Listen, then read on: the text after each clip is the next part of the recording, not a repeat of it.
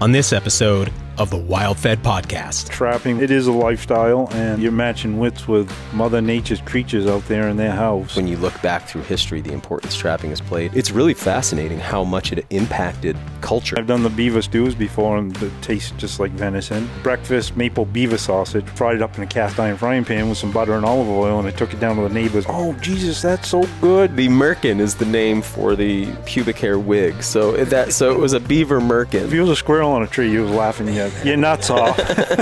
Your acorns off. Yeah. We caught one together that was 50 pounds. 3 of those is your average bear. The food quality, though, is amazing. Like, if somebody wanted to eat wild game and they just wanted to trap beaver, it's like, it wouldn't be the worst diet ever. We're not trying to clean every animal out. We're only going to take a few and targeted animals, and we want to leave some for future generations. Episode 113 of the WildFed podcast, How to Trap a Beaver with Randy Huntley, is brought to you by Surthrival. Surthrival's just released a brand new energy drink mix called Biomatrix. It's a natural, water-soluble, powdered energy drink mix based on an energizing concentrate of yerba mate. With a refreshing iced tea-like flavor and bright citrus notes, it gives you a nice lift without the jitters of many pre-workout formulas. And it supports your natural energy levels with a custom blend of amino acids and adaptogenic herbs like schizandra, goji berry, and rhodiola. If you're looking for a natural energy boost that won't leave you feeling wired, spun out, or depleted, check out Biomatrix at surthrival.com. While you're there, take a look at the entire product line. As we head into winter, now's a great time to pick up a bottle of Surthrival's Daylight Concentrate, a vitamin D3 supplement like no other. Learn more at surthrival.com, where the coupon code WildFed always gets you 5% off your order. Surthrival. Why just survive when you can thrive? This episode of the WildFed podcast is also brought to you by Wild Food Warehouse. Are you looking for authentic, hand-harvested wild rice? Not that overpriced, paddy-grown stuff you see in the supermarket, but the naturally occurring, truly wild rice that's forager-harvested under Minnesota's strict ricing laws. Wild Food Warehouse delivers hand-foraged, wood-fire parched wild rice direct to your door. You can even use the coupon code WildFed to get an additional 10% off your order. Wild rice is more than just a healthy, gluten-free grain. It's a sacred food that was and is a staple for the indigenous peoples of the Great Lakes region, where it's still hand-harvested from canoes today. Some of that rice makes it to market, and now you can get your own. Truly wild rice cooks up soft with a gentle, nutty flavor that's prized by chefs, Epicureans, and of course, wild food enthusiasts too. Go to wildfoodwarehouse.com and use the coupon code WildFed to get truly wild rice delivered direct to your door. I'm Daniel Vitalis, and you're listening to the WildFed podcast, a show about reconnecting with nature through hunting, fishing, foraging, and food. WildFed. Food is all around you. Today's episode's with my good friend Randy Huntley. This guy's a hoot. He's a Maine hunter, a registered Maine guide who leads bear and moose hunts, an animal damage control trapper, a maple sap tapper, avid fiddleheader, and all-around outdoorsman. He's got one of the best beards in his field, and he's also my beaver trapping mentor. One of the things I like most about him, he's as into eating wild game as I am, and for him, eating beaver is no exception. As you probably know, for most of modern beaver trapping history, it was the pelts that motivated trappers to wade into the beaver's watery world. But today, with the price of pelts so low, it's scarcely worth your time to trap for furs alone. Even when selling the Castor glands into the market, it's hard to imagine breaking even as a money-motivated beaver trapper. But when you start considering the incredible food value and the fact that they can weigh 20 to 60 pounds apiece, trapping as a wild food strategy starts looking really enticing. Furs and glands become a secondary consideration. So with eating beaver on my mind, insert laugh track here, I've been setting off to the stream banks with Randy to lay some steel, as they say. The result, some of the best eating game meat the wild world provides. Beautiful red meat for steaks and braises and lots of succulent fat. Not what you normally associate with rodents, but then again, these are the continent's largest, and they're in a culinary category all their own. I think beaver's one of North America's most underutilized game meats. So if you're looking to fill the freezer without needing to fire a single shot, consider a beaver trap line. After all, it hunts while you sleep. But you need to go find yourself a mentor first, someone like Randy Huntley, because there's no substitute for a great teacher. And if they come with a highly polished Maine accent, well, that's just a bonus. Randy Huntley, welcome to the show. Thanks for having me. I think one of the things that's going to be hard for me there, bud, is when I'm talking to you, I always end up slipping into the Shea accent. Worse than anybody I know. I got a neighbor it's kind of bad with, but for some reason, when we were filming with you recently, I just, Grant was like, yeah, you keep doing that accent. People aren't really going to get it. I think they will. They will. I can't help it. I feel like you do it a little bit with tongue-in-cheek yourself. Yeah. When I do talk to text on the phone, I can't do that. It won't come out translate. Right. Jeezum bub. How do you spell Jeezum bub? Does Jeezum go outside of Maine? Not that I know. New England? I don't know. Good question. Very polite. Jeezum crow. Jeezum Bob. Yeah, Jeezum bub. Avani, when she came down here from Montreal, she thought we were always saying Bob. And I was like, no, it's Bob, like Bob. Bobby. Bob. So you're sort of the, well, I guess like for context, we just got done making an episode with you for the TV show about beaver trapping, but I sort of think of you as a trapper. But you are sort of the all-around Maine woodsman, aren't you? I guess you might say that. You kind of got all of it there. Yeah. Tell us a little bit about sort of what you do and what your background is. I started hunting when I was 10 years old. My father taught me, and I love it. Yeah. Fished since I was old enough to hold the fishing rod. Just love being outside. So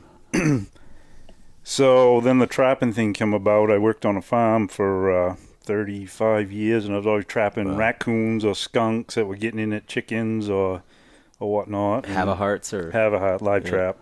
And then, of course, my family's from down East Maine and come from a trapping background. Okay. So finally took my trapper's course and got my regular trapping license and been doing it ever since. And I'm also an ADC trapper for the state of Maine, which is animal damage control.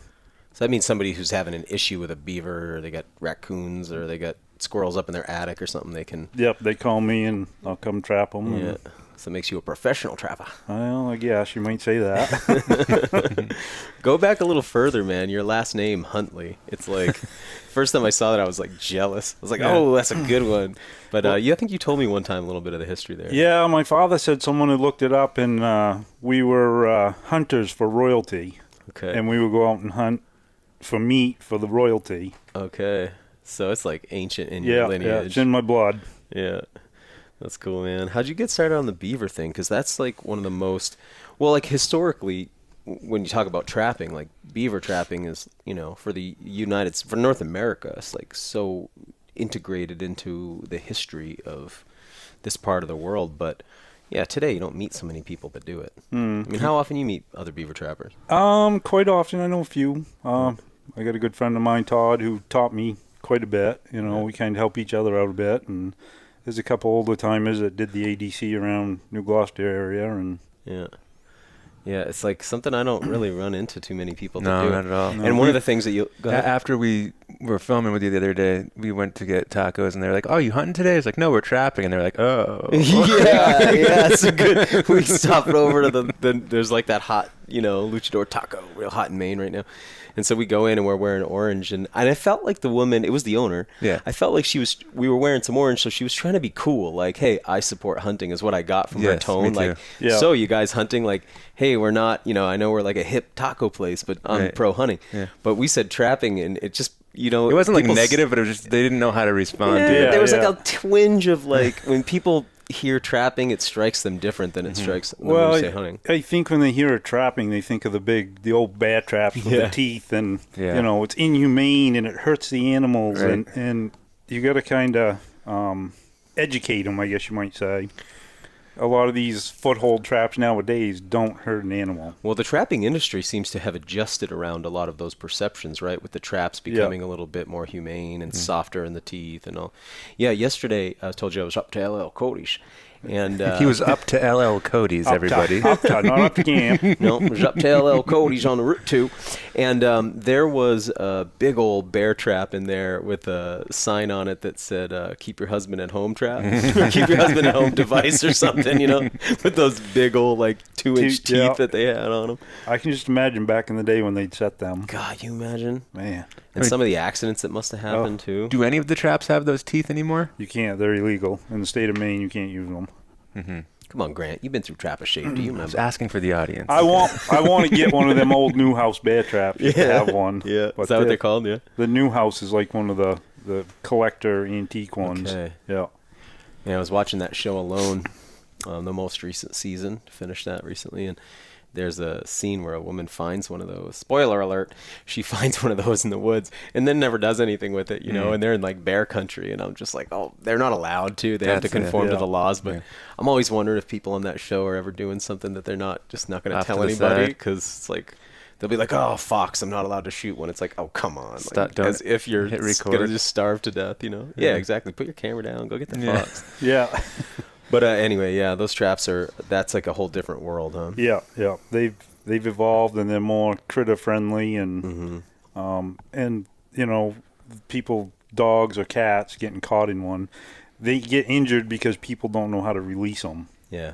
They just start pulling on the animal. Yeah. And I guess you might say it kind of gives us a bad name, and they think it's so inhumane when it's really not. Yeah. Yeah, when you go through hunter safety, there's like that component where they spend some time talking to you about public relations. But when you get through trapper safety, boy, that's a huge focus of it. Yeah. Understandably. But you just see that, watching that woman's like sort of stomach drop out when we said that was just like, oh, trapping. Like, I don't have a canned response for that. Like, what do I say? And I think some people just imagine like torture, you know. But well, I'll tell you a story. Was back in New Gloucester, we had a pond that we used to trap bait fish out of for ice fishing, and it had got sold. So I'd stop by a couple different times to see if I could get permission to trap again there. And I drove by one day, and the barn lights are on. There's a couple cars in the yard, so I pull in, and these 3 women come out, and I introduced myself. I am Randy Huntley. Your pond out back, we used to trap for bait fish, and I was wondering if it might be all right to trap. And the girl says, nope, I work for the Nature Conservancy. I like my land, I like my pond, I like my fish, and I don't want you trapping it.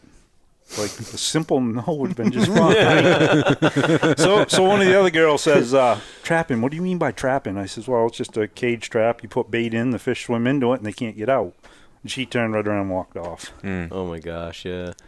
It's weird, man, the different perceptions. Even amongst people who are more friendly to it, you know, people, because I'll talk to hunters and I'll say trapping, and sometimes hunters are like, oh, you know, like not so keen on it. And, and then I'll be like, yeah, but a fishing rod's a trap. Mm-hmm. You put bait on a hook, you drop it down, and you wait for the animal to get snagged on it. That's a trap. Yeah. Just a trap you hold in your hand. Especially like an ice fishing. Yeah, we call them traps. traps. We call those traps. So it's like weird how with different species too, you know, because part of it, I think, when Avani first heard like, well, what happens to the beaver when he gets caught in that? It's like, well, he drowns. She was like, she was like, oh, I don't like that. She was mid-bite. But I guess too, if you're targeting, whether you're targeting a fox or a coyote or a fisher or a marten or beaver, the end result's the same. Yeah, you're going out to kill this animal. So, that's for me, you know, and also like when you look back through history, the importance trapping has played. Again, I mean, I feel like I bring up the show Alone on here so often that it's like probably annoying to hear, but just because it gives you a glimpse into what happens when you take everything away from somebody and put them out on the landscape, and how important trapping is for those, because typically that show ends with everybody starving and losing like a lot of weight. Yeah. And you see the value of trapping being that you are not expending calories while you're catching animals. So even if you're actively hunting or fishing, you still have traps working for you, collecting calories for you, and collecting resources for you. And there's so many prehistoric traps out there that you can build with the materials you have out there in the wilderness. Yeah, I know. Sometimes I wish we could snare rabbits here. You can't snare them? No, the lynx has changed all that. You can't use, the only time you can use snares is below water for beaver. Okay. Or bear trapping. You can use underwater level. At or below water level. But you're snaring through the ice, so you're definitely below water level, right? Yeah. And bears, you can use a snare for a bear. Yeah. How much bear trapping have you done? I've done it probably the past 5 years, and I've got one bear. It was a 473-pound boa. Wow. It's a good bear. Yeah. Yeah, actually, let me back up a little bit more to your background, too, because you work, and I want to somehow feed this into, where I want to get with this is the perception people have, like, if you put out a bear trap, you're just going to catch a bear, which is obviously not how simple that is. No, it's not. And unfortunately, people assume trapping is this unfair advantage, which, most of that advantage has kind of been taken out of the game. But going back, you work as a guide as well. So tell us about, like, what you do, guiding-wise. Guiding, I was doing mostly bear hunts over bait. Done a little bit with hounds, not a lot, and moose hunts. Mm-hmm. But bear bait hunting, guiding I've done that for many years now. Yeah. So, and then with the trapping, it's like I was saying, I think the same with bait. People hear you hunt over bait and they assume it's like shooting fish in a barrel. Right. It's not. I'd like to see people try to shoot fish in a barrel. I bet that ain't even easy. For sure. Mm-hmm. Yeah, but it's just, you could go sit. I mean, I sat probably 5 or 6 days over. My buddy's got a bait site, on sort of the border of the mountains here between New Hampshire and Maine that we call the mountain bait. And, I mean, Grant, you've been there. There are bear trails that are so old and so established coming through there, you could, it looks like ATV trails. Oh, yeah. And the number of bears will take off of that over the years because it goes all the way through the White Mountain National Forest. It's like the corridor, there's just it's like a conveyor belt of bears coming through there. Yeah. Still, I sat 5 days and never had a bear come in this year. It's like, it's just not as simple as people think. It's not. They think you throw some donuts and pizza and all that. I hear pizza all the time, and I just shake my head. It's like, where are you getting this pizza? Yeah, where are you getting this I'm pizza eating from? the pizza. The bear isn't.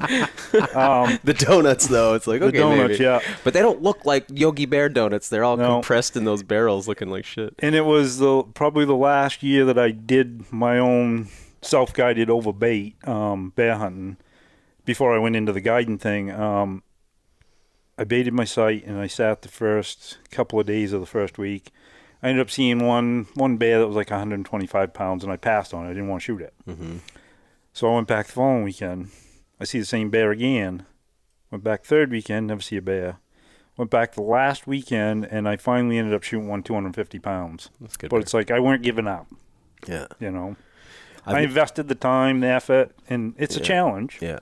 It's a challenge, yeah. And because there's a lot that can go wrong. Yeah. And a lot you can mess up. And the other thing is, it seems to me, it's easy to get a poke at one of those, you say 125-pound bear. That's probably the average bear somebody gets here. Yeah.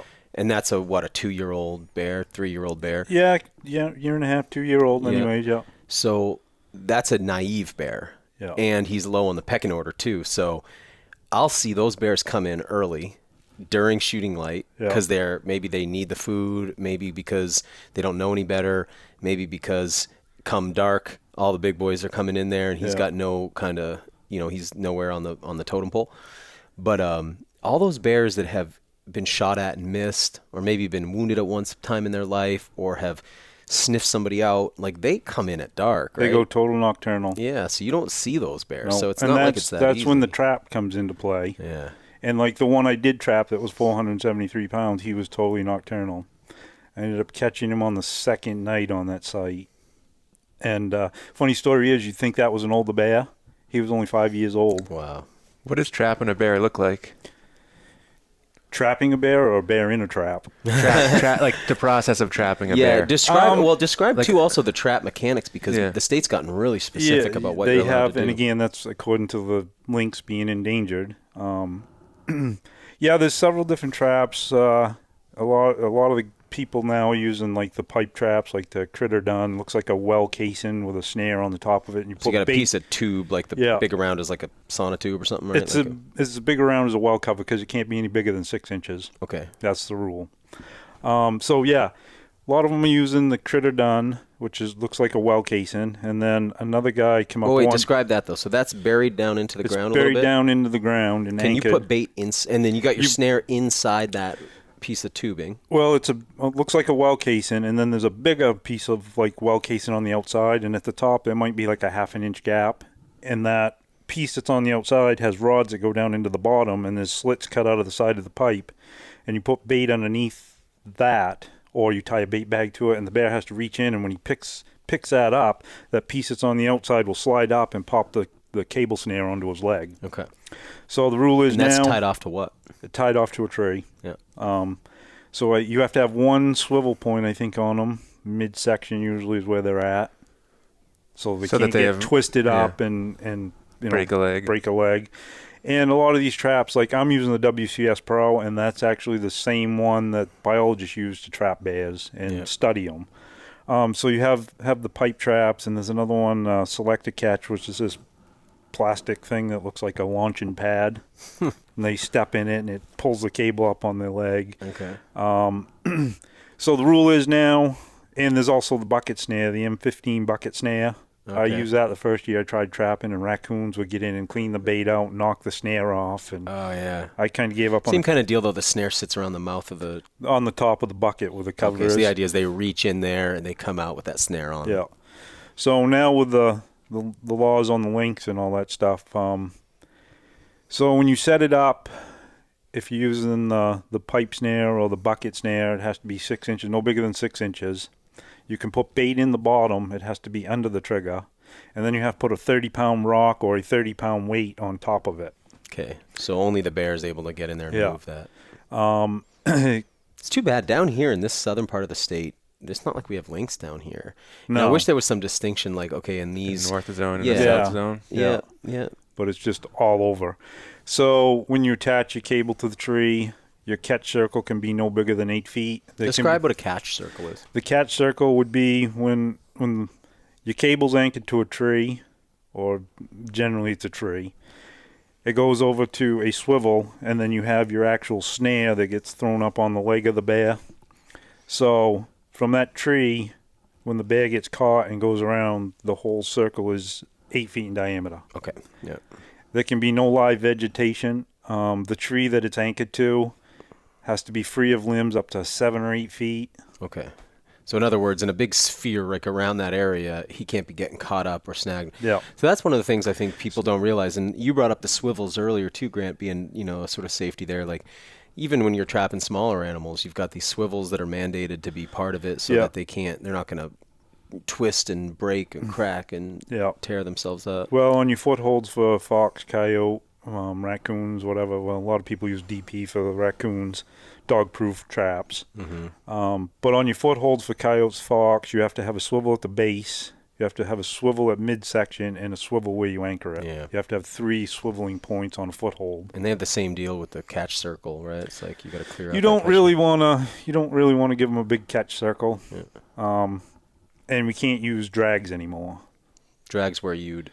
A lot of people would throw out, footholds for coyote, fox, or bobcat, and instead of anchoring the chain to the ground, it would have a big hook. Grappling hook kind of thing. Hook, and when the animal got caught, they'd run off into the vegetation and get caught up. Yeah. How often do you have to check a trap? Any foothold live trap is once every 24 hours, and any drowning sets or killing sets is once every 3 days, unless you're in an unorganized township. I think it might be 4 days or 72 I think you got 5 days in the unorganized townships, yeah. So when you're But it's also like there's something there like if you're within 2 miles of the developed part of a town, built up part of the town or something, right? Yeah. So many rules there. So when you're trapping a bear, or you have bait in the trap, but you also have a bait site? Well, it depends on the trap you're using, like the pipe traps or the M15 bucket trap. You're putting bait in the bottom of it. The Selector Catch, or like I'm using the WCS Pro, or I think the other one I bought was a Fremont. Those you're either setting up front of a bait barrel you're already baiting, or you're trying to find a trail where the bears are coming in, you're setting it up on that trail. So it's kind of like a blind set, really. So when you walk in, I'm assuming in the morning, would you check your trap in the morning? Or? I would check it once every morning, or depending on when I set it, the 24 hours from that time. What's it like when there's a bear in the trap? Well, let me tell you. It's got to be a lot different than hunting a bear. Huh? Oh, yeah. We'll get back to the show in a moment, but first, this episode of the WildFed podcast is brought to you by Red Kill Mountain Homestead Farms. Red Kill Mountain is home to New York State's largest wild apple savanna. Overlooking the East Branch of the Delaware River is a beautiful hillside covered in wild apples grown from seed. These apples aren't the name varieties of grafted clones you get in the store. These are wild, seed-grown apples. The apple season's just about over, but Red Kill Mountain Homestead Farms is shipping their wonderful dried apples, apple molasses, apple spread, and bourbon barrel maple syrup. I get really excited about their apple molasses, also known as cider syrup. Apple molasses was a traditional sweetener used in homestead kitchens before the availability of inexpensive sugar products, and today it's listed by the Slow Food Arc of Taste as an endangered food. Red Kill Mountain is one of only 3 producers left in the country. Red Kill's apple molasses is made by pressing fresh sweet cider from their hand-selected, genetically diverse apples and then reducing it down into a syrup with the consistency of molasses. It's sweet, but with an incredible complex bouquet and flavor profile you won't find in other sweeteners. It's great for holiday dishes, baked goods, roasted vegetables, and is perfect for apple pies and crisps. You can even add a tablespoon to hot water for a quick hot cider drink. Head over to redkillmountain.com and use the coupon code WildFed for 10% off your order. Red Kill Mountain Homestead Farms. Truly wild, truly diverse apples. Now, back to the show. That bear that I trapped was back before they changed all the rules on the catch circle and blah, blah, blah. And I probably gave him too long of a cable. Okay. Because when I come in, I was actually going in, and that's the other thing. All of a sudden he's behind you. Yeah.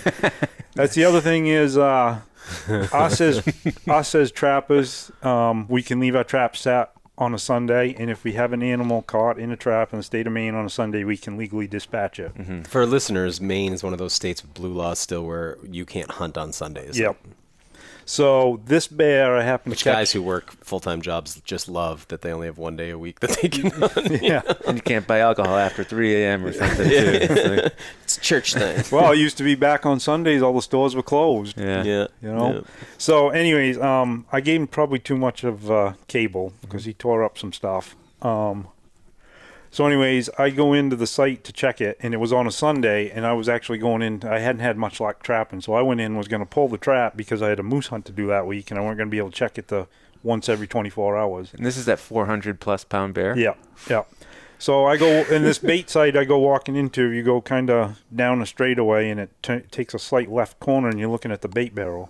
So I come down to that corner, and I'm looking at the bait barrel, and the ground is all stove up. I'm like, man, I had a bear in the trap. Well, he must have been sleeping. He come to. He's shaking 40-foot fir trees and growling, popping his jaw. And I was like, no, I got something in it. So I go running up, and I want to shoot one with my 44 Magnum handgun, and I got my 45-70 Marlin. So I go running up to where I can see the bear, and I'm standing probably 15 feet from it, and he just stopped me standing there just staring at me. You got an 1895 lever action. With guide gun, yeah. Yep. Just with irons on it. Peep sights. Yeah. So he's standing there just staring at me, and of course I got the 45-70 in my hand. I got the 44 Magnum on my side, and it's like, you're getting the 45-70. Yeah. I was like, you're a big bear. Yeah. So he was quartering to me, so I hit him twice right in the left shoulder there, and he just kind of laid down. That was it. Yeah. Well. Man, yeah. But it was a rush, I'll tell you that. I bet. Because you look at their teeth when you get the skull, and you see where they kind of wear their teeth together, popping that jaw like you were saying. He had one broken canine, and I don't know if he was chewing at the cable or doing that. Yeah. Was he, aggressive towards you? Once I got to where I could see him, he just stood there staring at me. But okay. He never moved, just stood there. Wow. It's like imagine, you walk in and Mike Tyson's there, but he's on a chain, but it's a long chain, he's kind of not really afraid of you, Yeah. It's come on over. Yeah. So I'll tell you a funny story about one time I went in to check a trap, and I was guiding bear hunters, so I'd go in the morning after breakfast and I'd go check my trap, and then I'd be back in time to take bear hunters out for the afternoon. So one morning I went in to check my trap, and I'd always grab my 44 Magnum pistol, and I'd grab my phone, and I'd put it on silent because I want to videotape a bear if I got it in the trap. What pistol is it? It's a Ruger Super Blackhawk, 44 mag, Okay. 6-shooter, single action. Yeah. So anyways, one morning I'm in a hurry, and I get out of the truck and grab the gun, throw my phone in the pocket. Well, you'll see where this is going. My ringtone on my phone was a pack of coyotes. So I forgot to put it on silent that day. I'm bent down in front of the bait barrel remaking the sat, and all of a sudden my phone goes off with coyotes howling. Well, I grab the old 44 and I swing around like I'm Wyatt Earp, and my pocket's still yipping. That's awesome. So if you was a squirrel on a tree, you was laughing your nuts off. Your acorns off. Yeah. Oh man.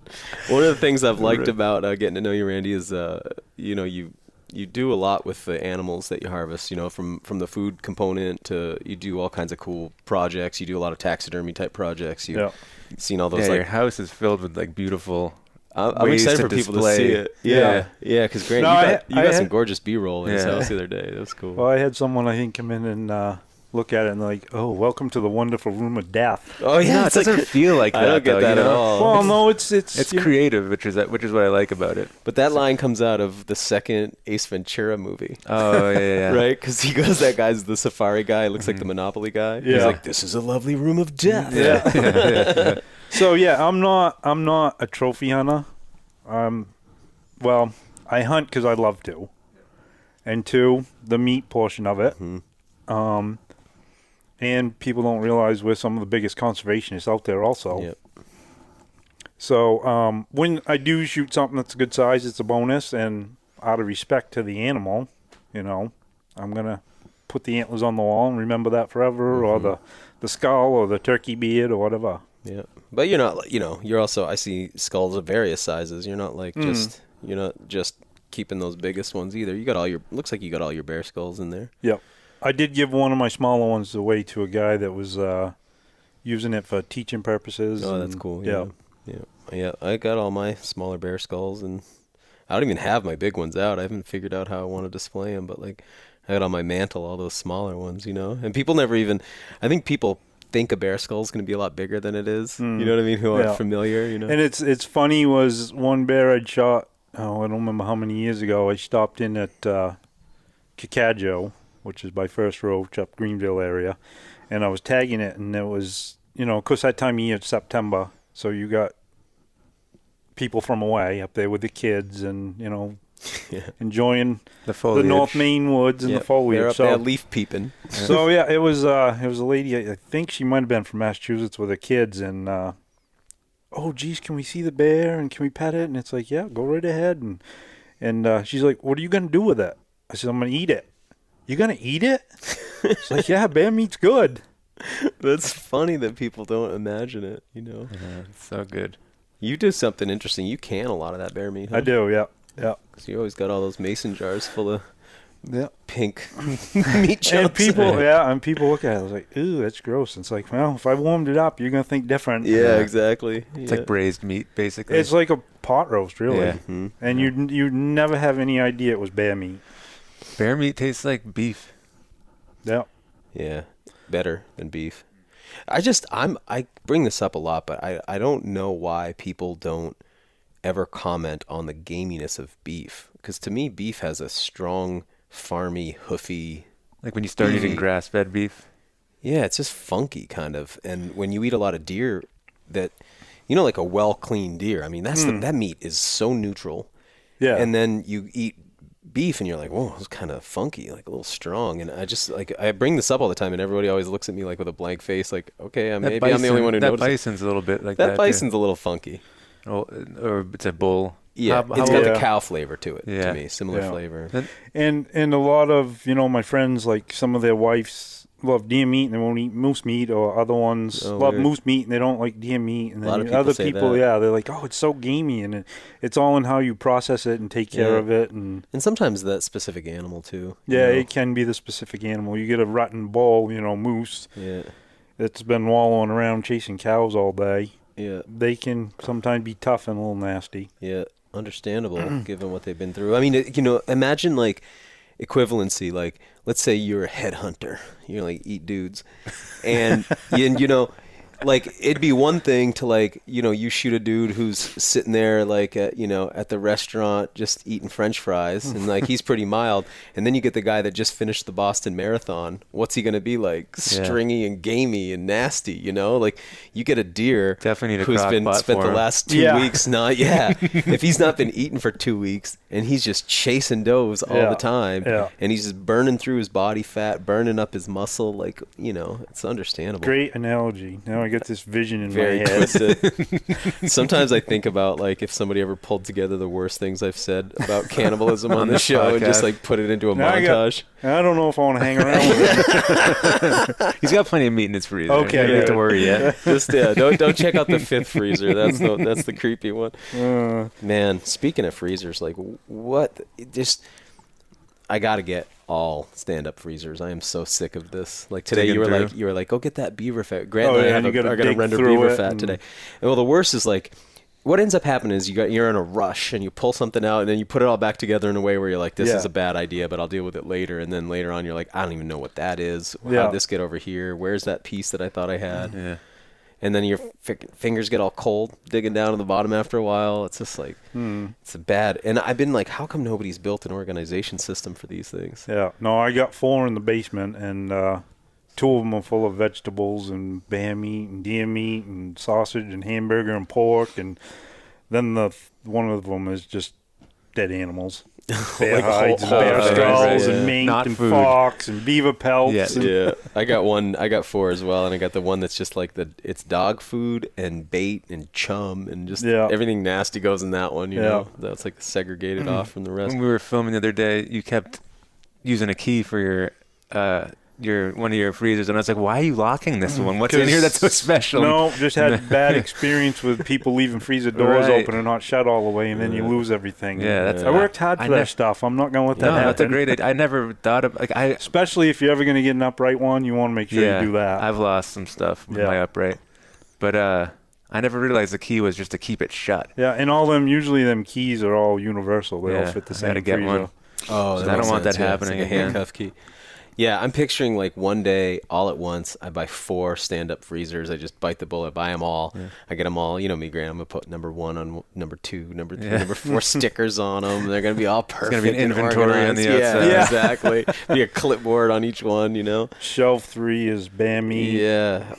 That just gets me so excited to think about. But yeah, so you know, one of the things also is it was awesome trapping beaver with you because you're very meticulous about how you clean them and take care of them, but also, you know, you like to eat beaver meat. And I just think that's so cool because that's what got me to trapping. Like, this is not a time in history where, you know, you get attracted to trapping because you're going to get into the fur game. Like, the market's basically non-existent. Speak for yourself. It's not... it's not very profitable right now. And people think, you know, when you're trapping, that's why you're doing it. You're killing these animals, you're selling the fur, and it's truly not why. I mean, it's a tradition, and the meat part of it too. And did I hear you guys saying it was $7? That's what is average. I think right now an average pelt's probably anywhere from $8 to $10. And like I was telling you when we were videotaping the beaver trapping show there, my uncle, the picture of him back in 1946 was getting $67 for a beaver pelt. And back then, that was his living or a portion of his income for the year. Yeah. Well, there's a point, Daniel, where you're like, we've definitely done more than $10 of work. In the traps. You know, imagining like, exactly. Just the gas of going around, you know, it just doesn't make sense. But the meat, now you're getting into something really interesting. And obviously the ADC work, you know, that's people are removing beavers because their land's getting underwater. I'm making money on that when I do it, yes. Yeah. But I'm also providing a service. And we're not out there to... again, conservation, and we're not trying to clean every animal out. We're only going to take a few and targeted animals, and we want to leave some for future generations. Yeah, that's it. Yeah, I mean, and I've heard it called the fur. You know, I've interviewed a guy who wrote a book called Eager, all about, you know, the history of beavers in North America, and he refers to what happened when the sort of mountain man trapper era as the furpocalypse. Yeah. You know, because the amount of beaver that were taken for that hat trade in Europe and that was, you know, in fairness to those guys, like, this is before people even understood you could That's Ellie. That's not one. I got a dog here on my lap. She's never come down to sit through a podcast. This is so unique. Snoring. Yeah, she likes you, Randy. She's like, he got here. She runs over. Randy's always wearing like one of those kind of like caped wool checkered Maine shirt. It's like the classic Maine guy shirt, and that thing got some smells, I'm sure. You know? Oh, and Ellie just runs over, still rotten box climbs smell up on him, and she's just smelling every part of it. And he's like, "Oh yeah, that's Watch D. Yeah, that's Watch Bad." But anyway, in fairness to those guys, people didn't really understand at that time that you could even really exhaust the pop. You know, partially for religious reasons, partially for ecological ignorance, partially because populations were so small of people compared to animals. It wasn't like they realized that they were going to do the damage that they did. Yeah, you know, and it was like, I think once the bison population got down to less than 1,000 animals, you know, and the passenger pigeon was gone, and then it was like, okay, now people understand, and we live in an era where it's so we've grown up with the idea of extinction, so it's easy to say. Well, the caribou in Maine too. Yeah. And the moose herd, they closed that down until it got built back up. And turkeys got pretty wiped out and brought back. So now we know. So it's like, you know, somebody hears you're doing this and they're worried right away. Oh, you're going to damage the population. Yeah. And they don't understand that we are hunting, fishing, and trapping in the post-extinction era where everything's managed for this, you know. So but anyway, the point is today, you know, the goal isn't to eradicate beavers, like, no, and there's no fur trade.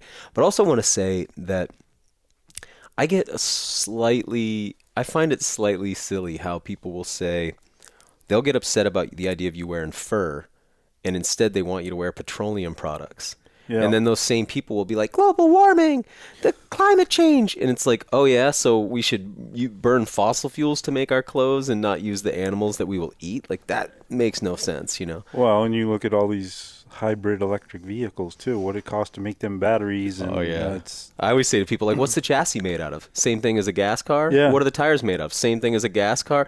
What, you know, it's... But like then what you just said, what are the batteries made out of now? Well, and how do you get rid of them? Posted something, you know, the equipment that they use to mine the ion for these batteries, they spend X amount in fuel to produce them batteries for your fuel-free car. And just harvesting those minerals. I mean, in metals. Strip mining for rare earth metals.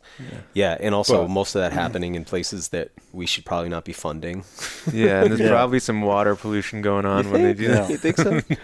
Yeah. Well, the other thing is, too, like you said, how do you dispose of them, too? Yeah. And, you know, recently that company, RMJ Tactical, sent me, you know, some axes and some, you know, they make really nice tomahawks. Yeah. And they do them with insulated handles because you could do a rescue through, like... Hi, Ellie.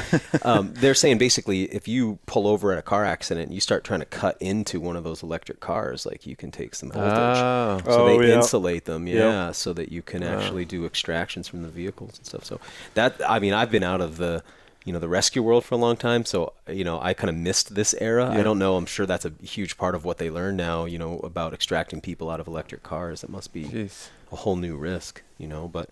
Yeah, anyway. How did we get there? Well, I don't know. Just because fur is like really good clothes, you know? It's warm and comfortable. And you don't throw it away like you and know, it lasts forever. Get like a fake ruff on your coat, like how long you can keep that. It's going to go into a landfill. Like you said, real piece of fur, you kind of know it's something valuable. You want to hang on to it, you know? So I remember you asked me back about how I got into the beaver trapping. So when I got my trapping license, it's like I didn't want to go out and just throw traps at every critter out there. I want to try and get proficient at one animal. Learn to target. So I just picked beaver and done okay with it. Yeah. What was this? Were you telling us the story? Which one of you was telling the story of where the sort of facetious beaver... You know, the Beaver Jokes? Yeah. I was going to say, we're going to get through this whole episode with the Beaver Jokes. Well, you know, it wasn't me. It's so difficult to talk about eating beaver as a food because of the jokes. So just to get that out of the way. People do look at you with that look. Like, as soon as it comes up. I was telling Mark what we were filming the other day, and he was just like... instantly. Yeah, they just started rolling off the tongue. And you know, another one I've noticed is the ladies around this seem to like the jokes almost more. It's like, you know, it's not, you'd think like, oh, I better be careful because the jokes around this, you know, and then it'll be like they start ripping them, you know. They start joining right in. Tearing them up. Somehow they don't get old. The jokes. That's the thing about filming it. It was just like and we were coming up with new ones constantly, you know. But going back, was it you telling me the story? No. Or was it you telling me the story? About how it became called a beaver? Yeah. Oh, yeah, it was me. You want to relay that story as best you can? In a clean manner. Well, whatever manner it takes to get the story out. I'll see what I can do here. So, back in the old West days, your brothels and the ladies of the night, because of disease, would shave that area.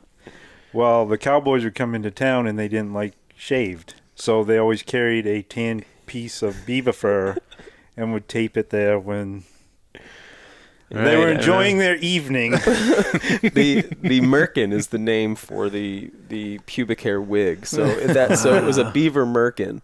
That's crazy. That's a good story. But when you touch a beaver pelt, you're like, that thing is soft. Man. That's some soft. That's softer than any. The hair. I think we might be able to bring that back. But it's incredible because you look at the two layers. You've got the guard hairs that stick up higher, and those are beautifully soft too. But then when you start to dig down in, there's that wool.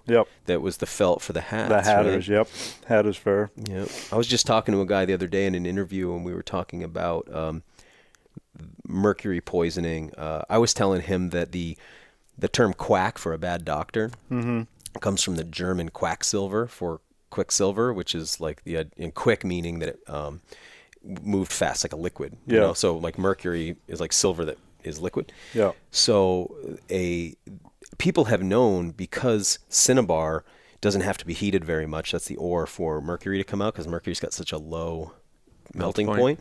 Yeah, like mercury is strange because aside from water, there's like almost nothing in the liquid phase on the planet except stuff made by animals. So like, blood is mostly water, or you could have alcohol, but yeasts make that. But like besides biologically made liquids, there aren't liquids on Earth except water primarily. It's like one of the only, it's very few liquids. Maybe crude oil?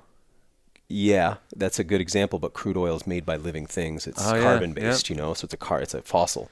So, but aside from like organic, there aren't, most inorganics are either solid or gaseous throughout most of the universe even. So that's pretty wild. So anyway, on Earth though, one of the only substances that will stay liquid at room temperature, because it's because of temperature and pressure. You start to change temperature and pressure, now you can have liquids. Right. But anyway, mercury is one of the only ones.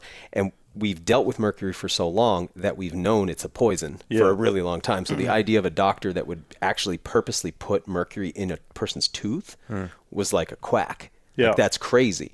And then we were talking about Matt as a hatter, because the hatters used mercury in the production of those hats. Right. And they'd often go insane from, like the mental illness caused by the mercury. So Matt as a hatter. So anyway, the beaver hat trade, it's really fascinating how much it impacted culture. I mean, it shaped that whole mountain man era. Was really about, it wasn't about really. Those guys weren't like going west to spread Western civilization. They were going west for beaver to sell the hide, because silk replaced the beaver hats, and that trade just ended like in one day. Like the fashion changed, and now suddenly, there was no need for these beaver pelts anymore. Yeah. So now that's not a lot of money in the pelts. Glands, you can get the Castor glands, so I don't know if people know this. Well, back us up and tell us about it. That's pretty fascinating. A beaver has a Castor gland and an oil gland. A Castor gland is like their scent. The oil gland they use to waterproof their fur or make it water resistant. So on the back foot of your beavers, they have a split toenail. It's called a comb and toe, and they'll take the oil from their sack and they groom their fur, and that's what keeps them water resistant. So cool.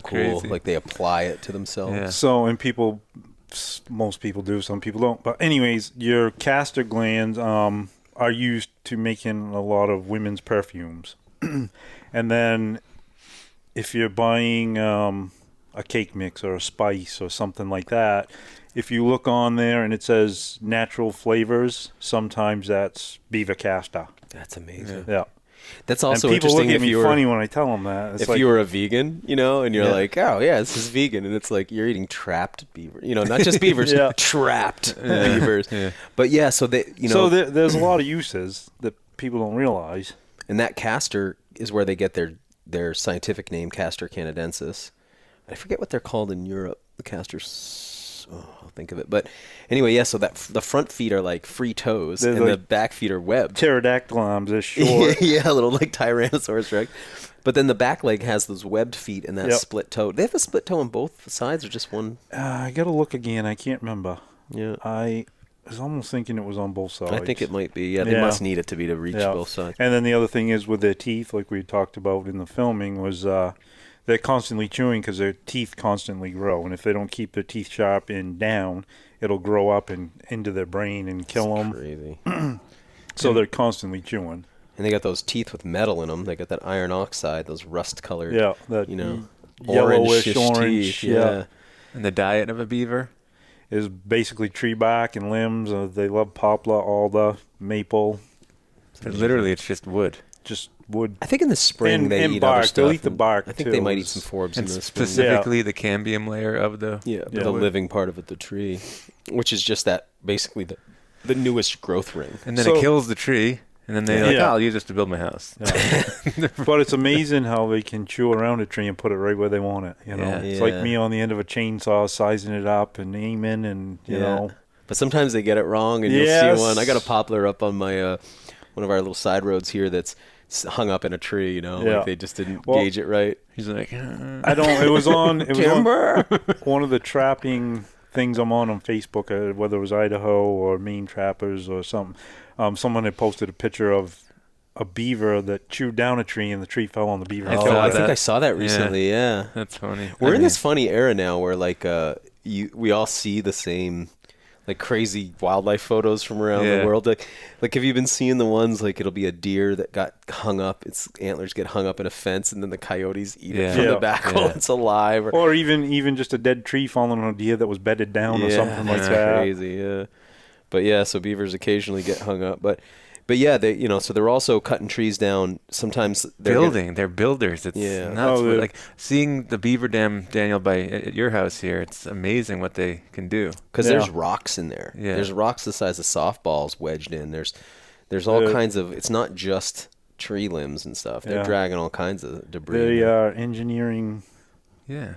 Freaks. What other animals like that? Muskrats will build a den. I didn't expect you to have an answer. They'll plug up culverts and stuff, but muskrats are probably close to that. Okay. Yeah, like large scale engineering. I mean, prairie dogs kind of building their towns, but it's not like. But I don't know that the degree to which a beaver does it, besides people, and then also the amount of habitat that they create, because now you've got. You got more. It's funny, one of the things I was reading in that book, Bringing Back the Beaver there by Derek Gow, he was saying, he's describing in Europe where they had extirpated beavers, well, in the UK, I'll say. I think in Europe they still have them, but they got knocked down really bad. But the UK had gotten rid of beavers. And this book is about them sort of like these beaver believers, like secretly reintroducing them and all these kind of things. And they were describing all the people's fears. The farmers are worried land's gonna end up underwater. The fisherman was one of the ones that they're either worried that they eat fish because they just are ignorant of the biology, or they're worried that the salmon and the trout aren't going to be able to get upriver. And it's like, you guys, are you stupid? Like, beavers were there before, right? They're creating habitat for fish. And beaver don't eat fish. And if you want to catch fish, here's a great spot. Go right over to the beaver dam and throw in that deep end right there, and then a whole bunch of trout sitting there just holding up. Throw your garden hackle out there and catch yourself a brook trout. And then the lodges that they make are pretty fascinating too. Yes, it's they have a vent in the top to vent all and fresh air. Yeah, that's cool. It's like they have to go underwater to get into They have to go underwater to get up into them. And then once they get in, there's like a spot above water where they live, there's right? There's little a benches, little island right? up in there, bench, what you might call it. And like you said, they have a vent hole. So if you're trapping through the ice in the winter, to tell if it's an active beaver lodge, you'll see that steam, and there'll be a hole through the snow where it's coming out, and there's beavers in there. Yeah. I was telling my buddy Ben that I tell you about a lot. I was telling him that we were filming this episode, and he said when he was in high school, he had a group of people that they were called the Beavers, because one day they swam underwater and went into the beaver. Really? No way. Yeah. And See, he I'm said it was actually- just like a room. I'm very interested in doing That that, would but be I've cool. read about something you can catch going up in there. I can't remember now if it was biological. Giardia. No, it wasn't Giardia. No, it wasn't Beaver fever. Don't swallow the water when you go Yeah, in. exactly. Tape your mouth shut. No, it wasn't that, but I don't know if it was I can't remember now if it was a pathogen or if it was a gas that accumulates in there could from be. them living up in there. But there was some reason that you're not supposed to do that. But I've been like really interested. Like, Yeah. you need a snorkel. It's probably not the most sanitary thing. But man, I mean, what a cool thing to see inside of. You Yeah. know? Yeah. So once it freezes over, they're basically either in that or under the ice. They're not coming. There's nowhere for them to get out once the lake locks up or the pond locks up. Generally, beavers are going to have a den that they build with sticks and mud, or you're going to have what you call bank run beaver, which they're going to find.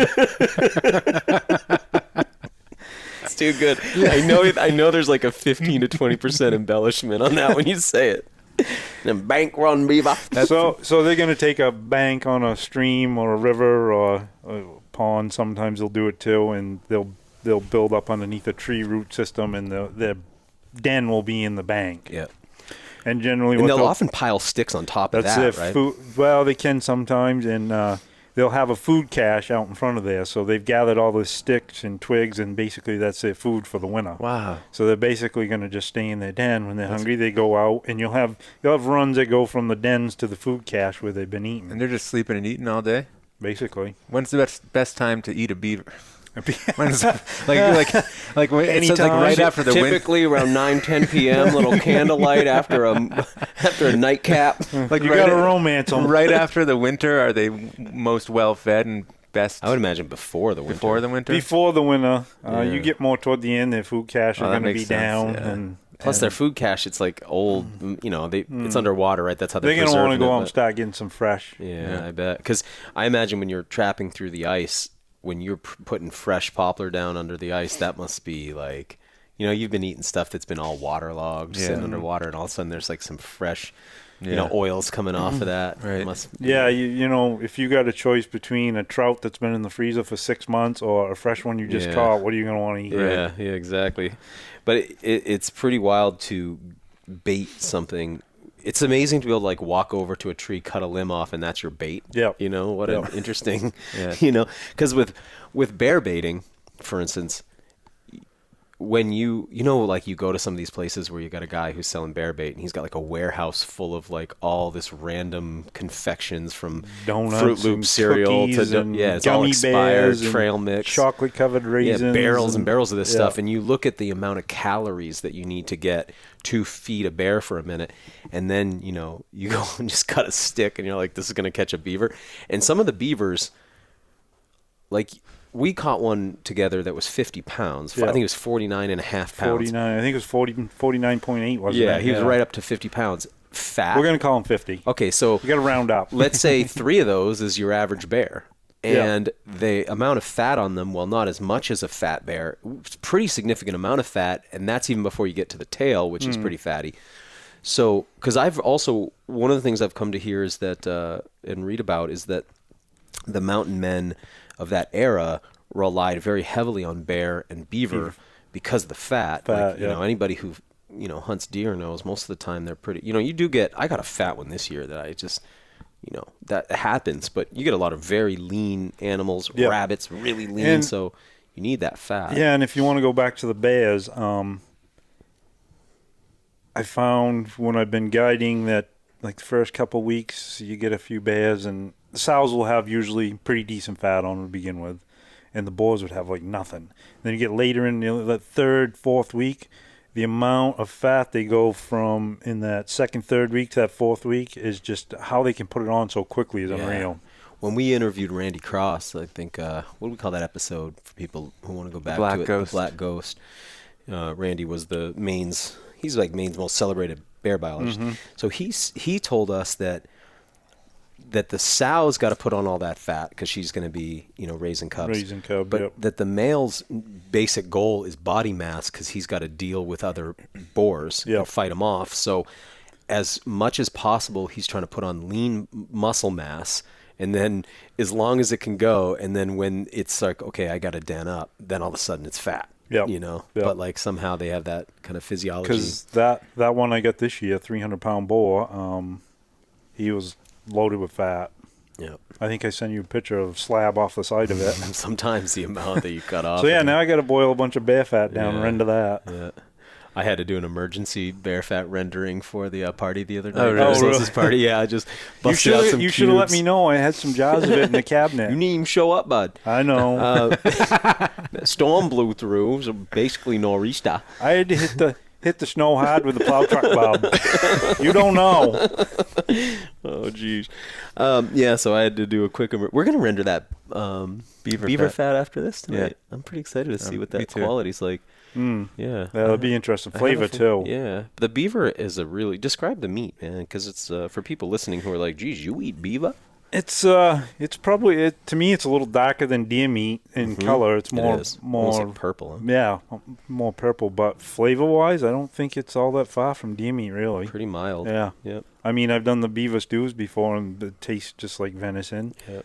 And I told you before that I had a stew I'd made, and I had a bunch of meat left that weren't going to fit into the crock pot. So I just fried it up in a cast iron frying pan with some butter and olive oil, and I took it down to the neighbors. We were watching a race and put it on the table, and I was like, you guys could try that. And he came up, oh, Jesus, that's so good. What is that, deer meat? And I was like, no, it's beaver. They're like, that's beaver? Like, yeah, it's beaver. Totally shocked. I never eaten beaver before. And then you guys had, last year, all the beaver I caught, I ground up, and, of course, I do my own maple syrup, such as you. And I took and ground all the beaver and made breakfast maple beaver sausage, which you guys had. That was awesome. That was some of my favorite breakfast sausage I've ever had. And I just went through the freezer. I only got a few packages left, so I got to get out and hit the beaver hard. This winter. You don't hit them too hard. Go gentle. Yeah, I really like it like that. I like the back straps rare. So yeah, nice. back straps, or I've wrapped them in bacon before. Oh, it's got to be good. Yeah. They're thin, On the right? Like grill. it's not like a back strap like a deer where it's more sort of like oval shape. It's more of like the inner loin on a deer. Yeah. Depending on the size of the deer. Almost like, or if you took a tenderloin and then sliced it in half lengthwise, so it's even thinner. Man, it's good. Very good. But I'm excited to have the tail, which I haven't done. So we've got a couple tails in the freezer. Never. Yeah, that's going to be cool. And then we've got our dinner coming up because our friend Kate wrote the book, 50 Ways to Eat a Beaver. Yeah, yep. Kate Gooding. Yeah, so that'll be cool. So people will see that in season 2 of WildFed. Pretty exciting. They'll meet Randy. Hi. The hunting gnome. I got something for you, by the way. Oh, do you? Don't let me forget when we get off this call. Okay. I can just imagine. Yeah, geez, what could it be after all this? Yeah. Anyway, the food quality though is amazing. Like if somebody wanted to eat wild game, and they just wanted to trap beaver, it's like it wouldn't be the worst diet ever. You know? Like you could definitely. Yeah, it's fantastic. The hams, I like the hams. Like just. Brown them in a pan, put them in the crock pot with some stock, and geez, they cook off like any kind of pot roast would. Right? Yeah. It's super good. No, it's good stuff. Ivani likes them a lot, and that's always And I've had raccoon and woodchuck, too, and surprisingly, raccoon's really good. I like woodchuck a lot. Woodchuck is good. We call it the Sylvan Charles, because Chuck is like a short for Charles, and Sylvan's the Latin for the woods, the forests. So we call them Sylvan Charles. And woodchucks are distinguished. Vegetarian. Yeah, well, they're a squirrel, too. Yeah. They're a ground squirrel. Yeah. Yeah. We've had a porcupine. That's nice. Yeah, you said you had porcupine. I want to try that. Yeah. I haven't eaten a raccoon, I don't think. Have I? Do you remember ever eating It is good. I'm sure it is. I know I haven't. I think of a raccoon like a little bear. It's like you look at a raccoon skull, you're like, everyone man, calls them trash pandas.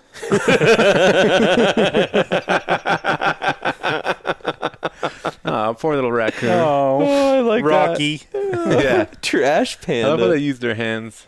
Oh man. Well, they call squirrels tree rats. Yeah, I like quill pig. Pig, yeah. Yeah.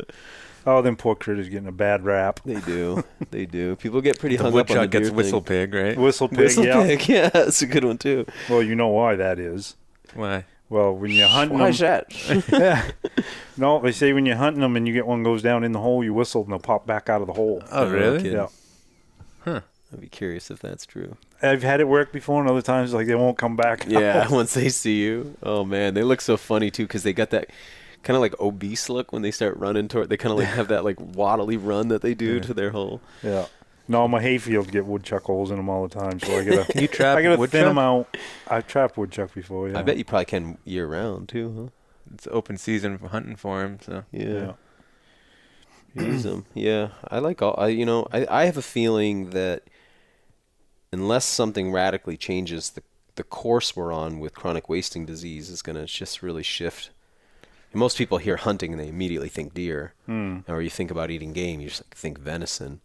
But if CWD gets around the whole country, be curious. Like if, deer. If in 20 years, if deer meeting. Deer hunting. Like a way to shorten deer hunting and eating. Yeah. Deer meeting. We're gonna deer meeting. Yeah. Anyway, if eating venison's like still as common or still a thing, I wonder if we'll see more people start trapping. Do you know any young trappers? Oh, I've had a couple interests from people, younger kids. I say younger, teenagers, that have an interest in it and asked me to take them out, but I haven't had the opportunity yet. Like my friend Jody, her son, 16-year-old Jacob there, he wants to go out, and I think I'm going to try and take him out on some he'll be a killer, some beaver trapping, and he'll be great at it. There's a couple good spots around where they live. Christy, Christy, who's been on our show, she was on our turkey episode last year. Right? Yeah, the podcast. Does she still trapping? Yes. Yeah. I don't know if she's done any this year or not.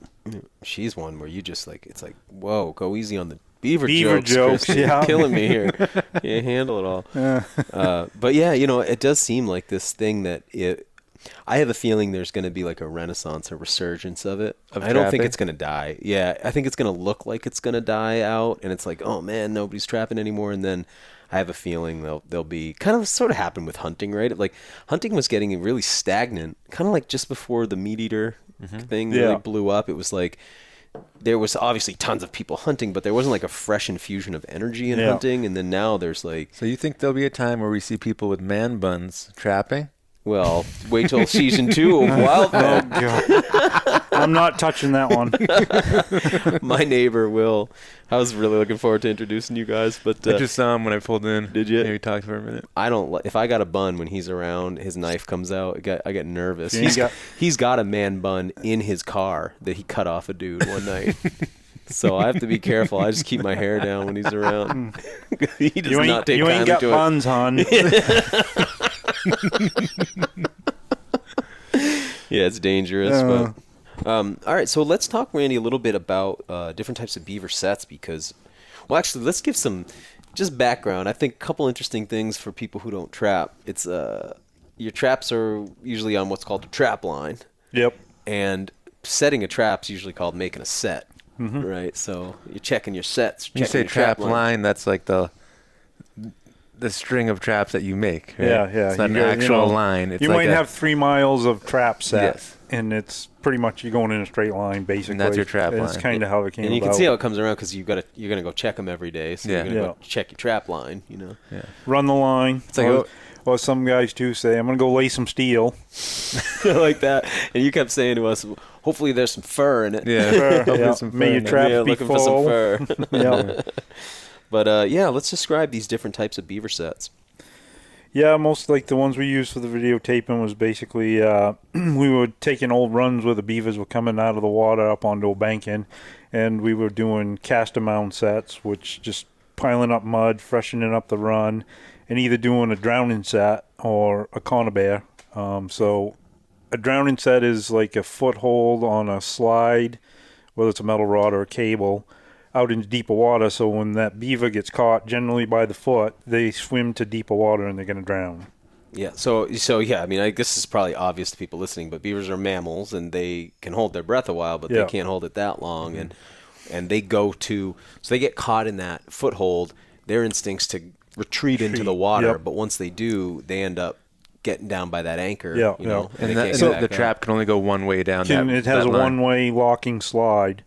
Like the ones we set were cable slides where you'd anchor the cable up by the trap. We'd have like a big sandbag, basically. Yeah, and we were filling a big sandbag and throwing it into deeper water, and that was the weight for the drowning in the deeper water. And we were using TS-85 footholds and MB-750s, which are another drowning set foothold. And that's a little more like what people picture probably when they imagine a trap. It's got the two kind of jaws that snap shut around the foot. And then the other one was a conibear, which is a killing trap body gripper. We were using 330s, which they swim into and snaps on the head. I was saying to that you, usually kills them pretty instantly. Pretty, yeah. Kind of the way a mouse trap kills a mouse, right? Have you ever seen a beaver get caught in a trap? I have, yes. Yeah? I have. What kind of trap? It was in a conibear. Wow. Yeah. Anyways, I'd set these traps. And we'll go back to Christy. I had tapped maple trees, and Christy wanted to come check out the process. So she was going to meet me at like 5 o'clock, I think it was. We were going to go check sap buckets. So at 3 o'clock, I had set, I think, 2 sets where we had sat. And one was a drowning set, and the other one was a conibear killer. And it was getting close to the time I had to meet Christy to go check the sap buckets. So I got there early, and I pulled up to the bridge where I'd set the traps, and I was just sitting there looking. There was 3 beavers swimming around. And they kept going down by my sat. And finally 2 started coming back upstream. Well, one went around the corner, and all of a sudden I see the water just flopping. Yeah. It's like, I'm pretty sure I just caught a beaver. That's cool. That's neat. So we went and checked maple sap buckets, and we come back. Sure enough, I think I had like a 48-pounder in there. Wow. Yeah. Those conibears, so I think most people can picture the kind of foothold trap on the chain. It's got the swivels in there. And we'll talk about how you set it in a minute, but the conibear, if you're not familiar, is sort of something different. And that's, I kept saying to you, this is the trap, the conibear 330, because they're smaller conibears, but the 330 is like the trap people have a lot of respect for, huh? Yes. Nobody seems to be cavalier around those things. Like getting caught in one of those could probably break your arm. Except your neighbor Will. Well, no, he takes the smaller. What do you call like maybe the 110? The 110. Yeah. He likes to like set those and then toss them around to friends. You know, he'll take a little thread around it, and then it's like a game like hot potato where it's like, well, I don't want to play this. Okay. Well, the other game we'll have to play would be like with a 1.5 foothold, which is generally used for coyote and fox. So you set the trap, and you got a pile of quarters, and each one of us takes a turn putting a quarter on the pan. Building up the weight on the pan. You have to actually place it on, though. So the more quarters you get on there, and it's your turn, you're like, I don't want to play that game either. But yeah, nobody's messing around with those 330s. 1.5 ain't going to hurt you. Oh, yeah. Just surprise you. But the 330's got a lot of strength, and it's got multiple safeties, plus you carry an additional safety, right? Like, and I think probably one of the big things is being out by yourself in the water, getting caught up in one of your traps could be pretty dangerous, right? Yeah, especially you got one hand in there, and you're not going to reset that trap with your other hand to get your other hand out. Yeah. So a buddy of mine, he says you take a piece of rope like 6 feet long, and you can tie that to one spring and do a continuous loop around it, and with the other hand, you can do it with one hand, and you can pull on the rope and get that reset, and then you go do the other side and get out of it. Because guys, back in the day, had been caught in them before. People have drowned, have died. I bet every year. It's got to happen every year, right? Yeah, you're in the water, so you're like... One thing that surprised me... And, it depends on how deep you're in trapping, too. Like, where we were trapping, you could probably pull the stake out and go grab your phone or something and call someone. But, no, you got to respect them, especially them bigger traps. And then also through the ice, too. But I found that... So, we were out... sometimes, I guess, we'd be out maybe waist to chest deep in some of the water we were in. And I'm wearing probably 7mm waders, big, thick neoprene waders. I got wool underneath. I'm feeling great all day, but then I'd get home and I'd just notice I was a couple degrees low. Like I couldn't get my body warmed up. I'd need to go take a hot shower or get my sauna or something to bring up my body temperature. So that's wearing waders and not being stuck in a trap, but man, it'd be horrible. You didn't have leaky waders. Yeah, you did. Yeah, you'd get a certain depth. You'd be like, oh, there it is. Yeah, and then that first night, they didn't dry out. And we went back the next day, and you were doing the redos and the redos. I'm like, I'm taking on water. Yeah. I thought because I don't know what I was thinking one of the nights. I was like, well, my waders are dry inside. I left them in my car overnight. And I came out, and they were just, the outside froze. So they were like still dry inside, but they were locked right up. So, yeah. We'll say you get caught in one and you manage to fall back into deeper water and you fill up your waders and you're there stuck in a trap and your waders are full, Yeah, your arms broke, you're wet. Yeah. So we're going to go back to the bear hunting for a minute. 1 year it was opening day of bear season and I'd already baited the sites and it's like, I'm going up hunting opening day. No one else. My brother and another friend went up with me on like Saturday. We baited the sites. They stayed Sunday. They ended up leaving Sunday. Monday was opening day. It's like, I'm going bear hunting. I don't care. I'm going no matter what. I'm by myself. So I'd filled out a logbook and left it in the windshield of my truck. My name is so-and-so. This is my contact info. I'm going in bear hunting. These are the coordinates. I expect to be back out at this time. My parents' number's this, blah, blah, blah. So anyways, I go in bear hunting. Well, I end up shooting a 320-pound boar at, I think it was about 6:30. And it's 90 degrees out. How deep in are you? I'm probably 300 yards off the road. It's on an old skidder path that's grown in swampy, mossy, wet area. So I got this 320-pound boar. It's up in the North Maine woods? North Maine woods, yep. Up toward, so you're near a road, but you're talking a rural dirt road in the middle of nowhere. Yep, Baker Lake, Allagash Lake up that way. Oh, you're way up there. And the road I'm on, there's not a lot of traffic. So anyways, it's 90 degrees out. I go out to the truck. I take my backpack out, my gun, grab my pistol, and grab the jet sled, and I go back in, and I get the bear because he dropped behind the bait barrel, and I get the bear, and I'm dragging him out, and I'm like, I can't move this thing. So I went a little further, and generally I don't like getting a bear out of the bait site because you're attracting coyotes and crows and all that stuff.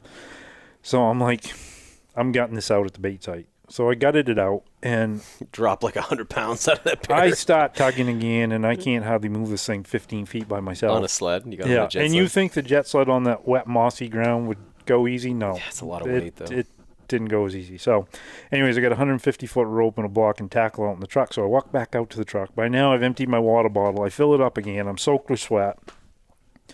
Go back in.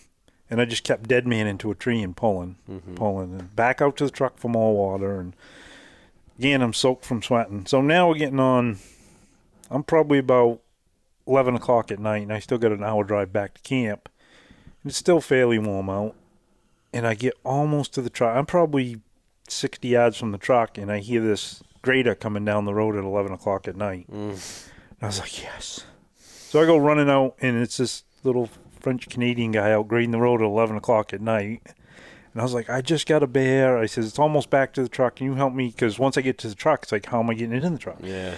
So he helped me get it to the truck. We get it loaded in. And I was like, thanks. I appreciate you. Want some money? No. And he goes on grading the road. So I head back camp. I got the windows down. I'm soaked from sweat.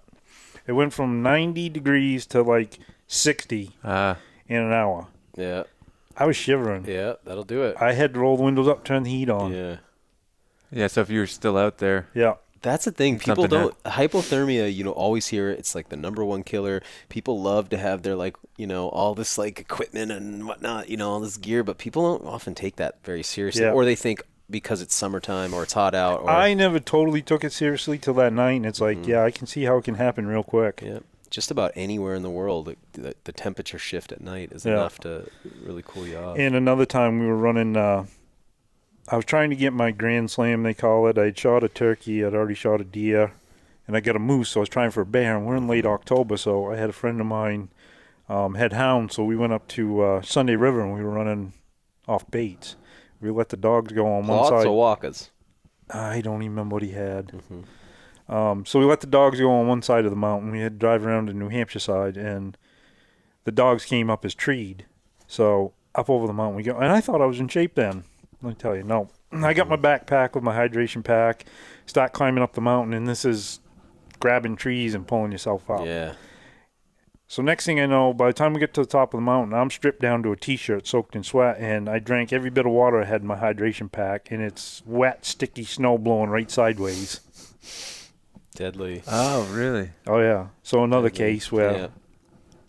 Yeah, you can't mess around. I always keep, like, in my pack, I always have, like, a little hypothermia kit. I got a couple of those space blankets. I got some of the hot hands, you know. I do have now. I have a survival kit made up, and it's... You got to have that stuff everywhere, man. And it's like, it's one of those things where the extra space and weight, you just have to suck it up because you're almost never going to need it, and you're just going to carry it around all the time. But what do they say? It's better to have it and not need it than to need it and not have it. Grant learned a powerful lesson in Texas. I got my EpiPen right over there. Like when I was leaving today, I was like, "There's not going to be any bees, but it's still just bring it." He took a wasp sting from this real gnarly orange wasp in Texas, hit him right in the eyebrow, and within 10 minutes he was delirious.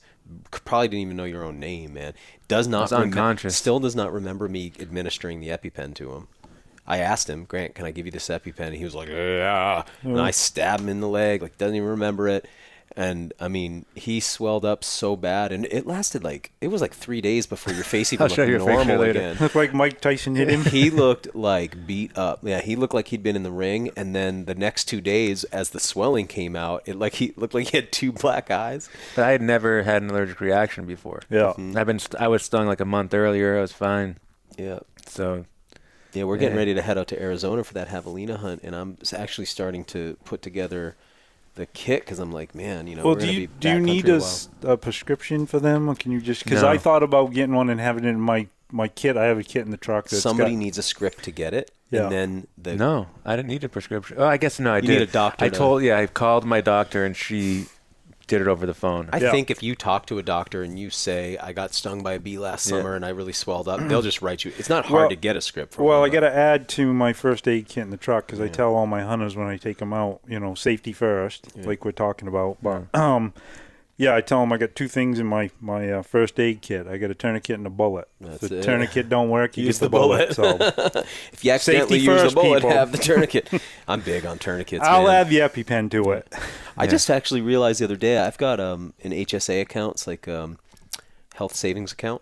So I put money into it every week. That's before taxes, and then if you can spend that money on medical bills or medical equipment, and you're not taxed, and you're not taxed. So it's like an IRA or something. Whoa, that's cool. So anyway, what's cool? That money just builds up, and the idea is, you know, I've got a high deductible on my medical insurance, so it's a way to save up that spread between you know, your bills and your really copay cool. and stuff. Or you can use it on a copay, or like my dentist wanted us to get a water pick. You know, you can use it on that kind of stuff. Anyway, I get online the other day. Because I shoot a lot, I geek out on like those little medical trauma kits, you know, with the chest seals. And well, I get on a website the other day. I'm like, oh, this stuff's all HSA approved. So I'm like, I bought a bunch of new tourniquets, new chest seals. All that stuff can be used pre-tax. You'll have to hook me up and. It's cool that you can do that, you know. So putting our kit together, because where we're bow hunting, you know, I just think about what we saw. Randy was a plot hound. My buddy wanted to shoot a bear out of a tree with a bow. And he has an arrow knocked, but the arrow's pointed like 45 degrees down, and the dog runs in to greet him and runs its face right up the arrow. And you're just like, oh, that can happen. Like the idea of a mistake with an arrow and just a femoral bleed, a brachial bleed, you know, you need a tourniquet for that. So. Well, even, you know, being out like me with that bear, getting it out by myself, you know, if I had an accident with a knife. Yeah. You know. Yeah. Speaking of that show alone, one of the... it's one of the things that sends people home is they cut themselves. I remember watching a girl holding on to like a wood stake, and she's hitting it like this, you know, like she's swinging this axe down on the top of it while she's gripping it, and she just misses and hits her thumb, and she severs the tendon. Oh, and goodness. that thumb's just not working anymore. It's like, man, that kind of stuff is... Oh, it's the worst, you know. Well, another thing that I keep in first aid kit too is maxi pads. Dude, yeah, they're great. Because they're great for absorbing blood and stopping it and getting it clotted up. Packing them, Yep. So, or if you have a lady along and she didn't plan ahead. I keep two applicatorless tampons just for, and I have given those tampons out to ladies more than I have given out Band-Aids probably. I just keep restocking that off a box that I have, but just occasionally there's somebody w's like having that kind of an emergency. And like, you know, it's like, I got this, you know, it's organic. Be prepared. Be prepared for bleeds. But expect the unexpected. But anyway, okay, so back to the conibear trap. I don't know how we got here. We got off But that subject. conibear trap is like the mouse trap. Snaps the neck, breaks the back, and it's set below water. So if they do survive it, it's still kind of going to work as a drowning set. Yeah. And it's anchored. We got an anchor to it. So if for some reason, say they get caught by a tail or something, they're going to swim out and still be anchored. And again, if it's happened to me before, I've had beavers that have been caught in foothold drowning sets and they didn't go down, and I had to shoot them, which we can legally do. Yeah, that's another thing, at least for Mainers. I have no idea how it works outside of the state, but we can carry a gun basically any time in the woods if we're checking a trap line. Yeah. So that's really nice because on a Sunday, if you're caught carrying a gun in the woods, that's considered, what do they call it, prima facie evidence that you're hunting illegally. Yeah. So trapper's license allows you to carry your gun and to dispatch animals on a Sunday, which is cool. Yeah. But I also wanted to bring something I think I would be remiss not to bring up is these traps come from the factory, not ready to trap. I imagine if you had to buy a gun and then bring it home and you had to boil it in water for a couple hours and then you had to do the bluing on it and all this stuff before you could use it. That would just, the consumer would not accept that anymore. But today, even, because trapping is still like sort of stuck in the 1800s, you buy the trap, it's covered in this, like, it's like an oily wax. So, yeah, you order some new traps, they come in the mail, and they're oiled, so they don't rust. And so, yeah, you got to get the oil off them, you got to clean them, you got to degrease them. Usually once they're degreased, you hang them out and let them get a little bit of rust on them, and then you dye them. And there's so many different ways of dyeing them. Give like some, so that things it gives will stick some to it, right? Adhesion. Yeah, so it'd be kind of like if you wanted to put an adhesive on something smooth, so you scuff it up a little bit. Yeah, with some sandpaper, and then you're going to put, so it absorbs a little better and adheres. So, yeah, and then the other thing, too, is, you know, when you get a lot of these traps, they have the one chain on them with an anchor point, and with, like, footholds, you got to add the swivels, you got to add more chain, you got to add the anchor points. Then pan adjustment. Yeah. You don't want a soft pan. Wait, no, you can't skip over this dyeing thing because it's you don't just dye them like with some RIT dye from Hannaford. From the supermarket. Use Maine's Hannaford. Anyway, the Piggly Wiggly. No, it's like people are using tannins, right? So you end up with the, you know, sometimes you could use tree bark or something like that. Some guys I know use sumac. Yeah, or you can buy some commercial spruce or hemlock boughs. You can buy commercial quick dye. But that's still made out of those tannins, right? And then the tannins bind to that rust, and then you get this sort of blackening. Yeah, and dye. it's just protecting the trap from the weather and making it last a little longer. And people also talk a lot about like, and it blends it more to the environment too. Yeah, sure. Yeah, I was saying like the stuff I used was I don't know if it was called quick dye or what it was, but anyways, you buy the Coleman Clear cook stove fuel and you mix this dye with it, and then you dip your traps in it, and then you hang them and let them dry. And like I said, with the water sets or anything like that, it doesn't bother them. But I found with the coyote and fox, they could smell that dye still, and a lot of times they dig the trap up. Okay. So I got to go through and re-clean all them and re-dye them with something different. Yeah.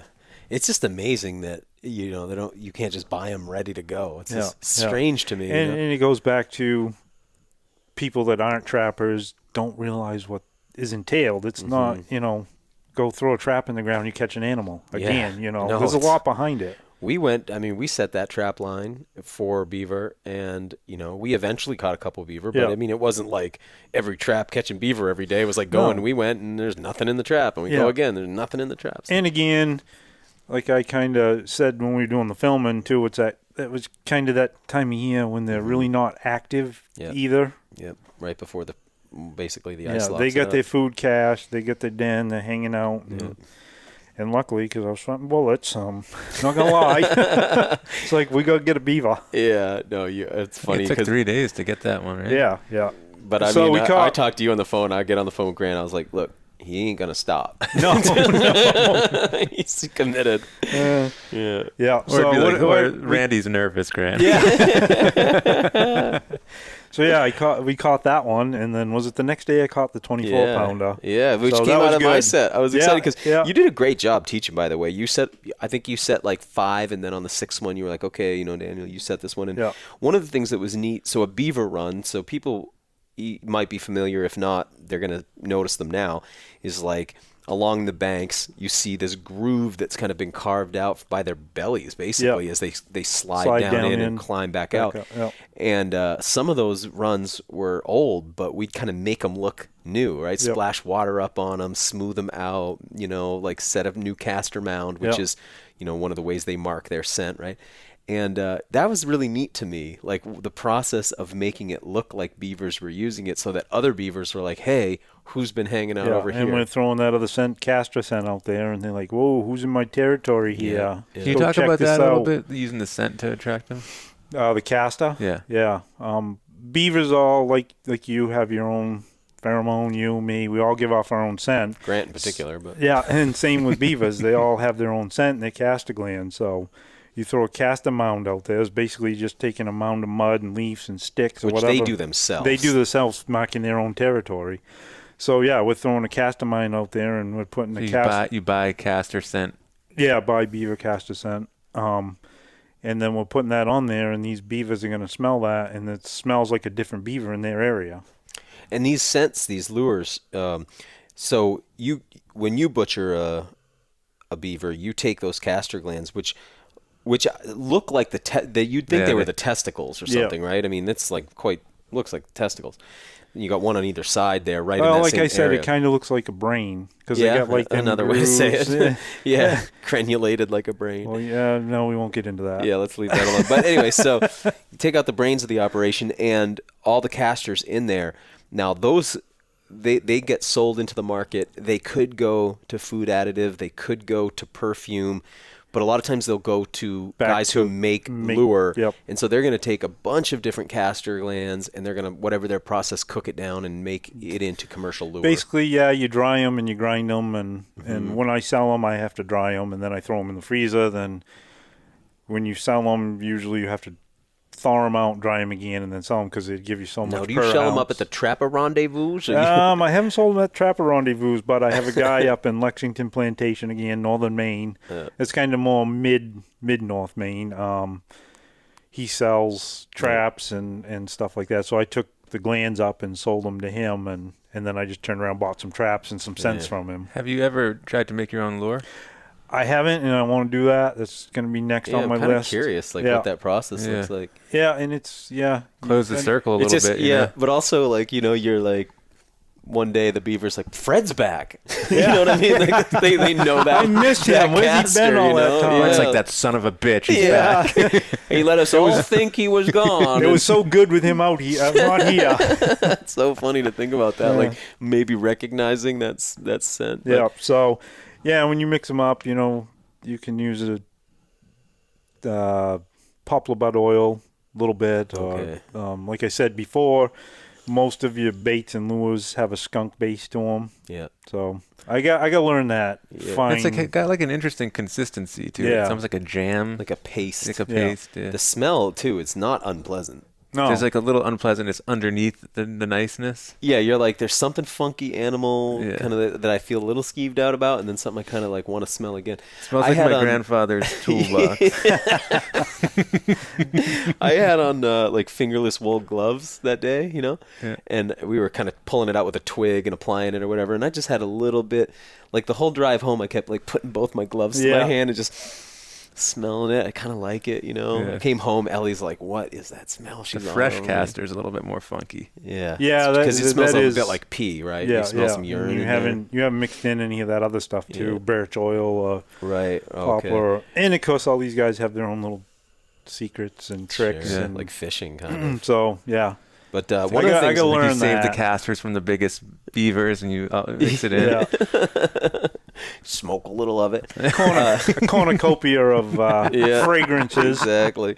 I liked also the way we were dressing up, like take your little saw there and scrape off bits of the poplar bark into the water and stick those kind of the poplar stick up shining up there on the top. Well, that's the other cool thing that you do is how you have to funnel them in. You'll take sticks and like make. How would you explain what you do? Yeah, on the conibears, basically, where we want to get it stable. We don't want any play in the trap, so we use the stabilizers that you had. Yeah. And then I stick sticks through the springs and just until it doesn't move hardly. There's no play to it. And then I try to funnel them into that trap. So you're taking more sticks and making like basically a funnel, V-shape into that trap. Yeah. And blocking off any path that they might use to get up to the Castor mound without going through the trap. I've had them do that before. Go right up around or with the poplar sticks, they find another way up, take my bait sticks, and then swim off, and the trap's still sitting there not touched. Yeah. I wanted to comment on something, Grant, that you brought up earlier. You were like, if you met any young people getting into this. And I was thinking about our friend Philippe. He does so cool. He did some design work for WildFed. He did like our new hoodie. He did the logo on that. And he's just a fantastic artist. And he's down is he in Tennessee? No. Oh, shit. Not Kentucky. Where is he? It's not Virginia. Jeez, he's down in Appalachia. Yeah. Anyway, he's like a young guy who you would look at him and be like, 1802? When is this? Yeah. He's kind of got that vibe of like, he's just gotten into the trapping lifestyle. He's embracing it. Yeah. And it's cool to see, like, because he's like into, I don't know, I feel like a couple hundred years ago, that lifestyle, and he's kind of trying to, in the same way that I'm trying to do this like hunting gathering thing. Yeah. Anyway, I see people like him bringing it back. I think like that's the generation, that's the vibe of the people who are going to like pick this thing up. The fashion is kind of hipster. That's what's interesting about it. those old mustaches, like the squirrely. Yeah. Overall. Yeah. Well, that's the thing about him is he's like a cool hip dude who's also got this like trapper look. He's like sort of in between the two things, And I just think that there's going to be people who embrace it. I think his tag is our numinous nature. Or something. Yeah, at numinous nature. Yeah, we'll have Jesse put a link to it. Yeah. Oh, his artwork is fantastic, man. He's really good. But I think it's going to come back. But anyway, I think overall, it's like trapping seems to me, the people who are into it, it's like a full lifestyle thing, huh? Yeah, and it's a tradition. It is a lifestyle, and it's a challenge. Yeah. I mean, you're matching wits with Mother Nature's creatures out there in their house. It's a mental game for sure. It is. Huh? It can be, yeah. That's what I noticed, like trying to outwit a beaver. And like, remember the first check, we had a toenail in a trap. Oh, that was really cool. That blew my mind because you were like, I bet there's a toenail in that trap, and I was thinking like, as if there's a toenail in the trap. Pull it out, there's a big old toenail. I have that toenail upstairs. So now you got a trap shy beaver. Yeah. Describe what that means. So you have this beaver that swims up to a trap and doesn't get caught in it. Now that beaver is not going to go. Sets it off though, and then realizes what it is. And again, we got a toenail. So he's educated to that trap. He's educated. I mean, it did catch him, but he wiggled out of it and left it. It gripped his toenail hard enough that it came out. Yeah. So regrow it. So he's going to be pretty leery of them Castor mount sets and them poplar sticks. Yeah, and the palisade of sticks leading him into a funnel. Like, no, I ain't falling for that again. I'll go around, thanks. I'll catch you later, Bob. Yeah, because when we caught that 50-pounder, I remember the first thing was like, I'm checking for a toenail. And then it was like, oh, he is missing a toenail, but he's healed. So he had been caught and once like before. I said, that could have been one of the ones years ago that I did that too. Yeah, and then he finally fell for it again. And again, that's, like I was saying about pan tension. We started talking about it, then we get back off on the dynamo. Pan tension on your footholds. The pan being basically the trigger. Yep. They can be too soft or they can be too stiff. Soft is like the lighter the touch. Yeah, because when an animal puts its foot down, that you don't want that trap to move or have any give. You want just the right amount. Because then they're going to feel committed, and then they're going to go for it. And you don't want some smaller animal to walk on your trap. I had a muskrat in one of them MB 750s last year that big trap for a muskrat. Yeah, it was a big muskrat, but it wasn't. The muskrat wasn't big enough to go down the drowning set, so I had to finish it off. What'd you do with it? I took a fork stick and just drowned it. No, I mean, what did you do with the muskrat after you? Oh, the fur's hanging in the basement. It's all cool. stretched and dried. How's the quality of that hide? It's not as nice as a beaver. Time of year wasn't bad actually. Yeah. So the earlier in the season, the fur is going to be okay, but like the time we were trapping, doing the video, that was a good time of year. The fur is probably pretty close to peak. Because they're getting ready to winter. They're getting ready to winter. Mm-hmm. Wow. And doing ADC, so going back to the meat thing, I've done ADC for, towns around where I live, animal damage control. They got beavers plugging up a culvert that's flooding the road, so they call me and I go trap these beavers. So, like, you're talking late September was when I was doing it, end of August into September, and I've taken some of the beavers and eaten the meat, and it's not that good that time of year. Oh, really? They taste like the glands. Huh. Oh, interesting. Yep. Yeah. Okay. So it's that time of year. It's Yep. like the late falls when they're really nice. So and the beavers do their mating around here generally January, February, and they have like a 3-month gestation period. So then the females will have their young right around May in that area. Okay. Man, when there's a beaver pelt in the room, like you just kind of want to like go pet it. It's so nice. And dirty dog. what I want, what I really would like is a king size comforter. Yes. Oh man. And Made out last of year those. I had enough. I could have done a queen size one. Wow. Even that's But probably I don't better, know what they cost. I know it's not cheap. Yeah, Does the fur go up or down? Oh man, I want it double sided. Usually they put the fur up and they'll Right. put like a Felt. fleecy Yeah. underneath. But man, they're just so soft. Like I would love Yeah, to that do was cool. You had just tons of beaver pelts stacked up in your basement. Yeah. I found it funny. It was like, oh, I want to experiment cooking the beaver tail. You guys want one? I got a stack of them right here. Yeah. Just like pick your beaver tail. You want big, medium, small, little? What do you want? Extra small, extra big? In Quebec, they call a beaver tail is now it means like fried dough at the fair. Oh, yeah, you right, know, right. Oh, beaver tail. really? Yeah. She's like, I've eaten lots of beaver tails. I was like, no, not Not those. that kind. Not that kind. Yeah. But yeah, I would like to do something with it. And the tan, that garment tan that they do on it, I'd love to get a bear done that way. Yes, yep. Because I'm really unhappy with the hides that I've gotten Well, back. I showed you the ones that I had. That the bear pickle hides. tan one is Yeah, nasty. that one's nasty. But, even the commercial ones, I wouldn't want to wear them. They smell like chemicals, But Yeah. the garment tan on the Garment- beavers, there's no smell. They're so soft. supple. It's supple. Supple, exactly. So yeah, I don't know if I get into it, because now I've got 5 of those MB 750s and I've got 5 of those Conibear 330s. And you'll have to get some TS85s too. I'm gonna need some TS85s, some more dye. But I would just like more to. Castor. Yeah, geez, I might make my own Castor. It's like making vanilla, just doing a tincture or something. Anyway, I would just love to have like a big old blanket because man, for sure. it's just the nicest. Oh, I thought about having a vest made. Oh, that'd be That'd cool, be cool. too. Yeah. A hat would be great for Yeah. ice fishing, I think Christy got a hat made. Yeah, she? she did. Yeah. Yeah. She made a koozie. Koozie. And had one made. Mitts would be nice too. I think she got Mitch, the mitts. she got the Mitch. Yeah. She got it all, huh? Yeah. I think so. She She just had head to toe in Beaver. Darling. I think Darling's. They're out Michigan, Minnesota, somewhere. Girl does them. That's where she had them ones done. Okay. Yeah. Came out Yeah. good. Yeah. Yeah, I'm into it. Jeez, final thoughts on beavers? They're good eating. We're gonna Good render that eating. fat today. I'm curious how it comes Yeah, out, man. me too. Soft, supple fur. Yeah, they're fun We'll to definitely pet. save you a jar of that rendered fat. Yeah. Yeah. And they got big Little one. teeth. They got big teeth. They got a grooming toe. They got a grooming toe. They got an oil Webbed- sack and a webbed Castor. feet. They are something, man. Like very strange animal. How big their bodies are and how short their Yeah. legs are. Well, you what know? is the biggest rodent Yeah, in in North America? Yeah. It's like almost like a dachshund or something, like a little hot dog. Yeah. But they are definitely interesting creatures. Yeah, and man. hard workers. Yeah, that's it.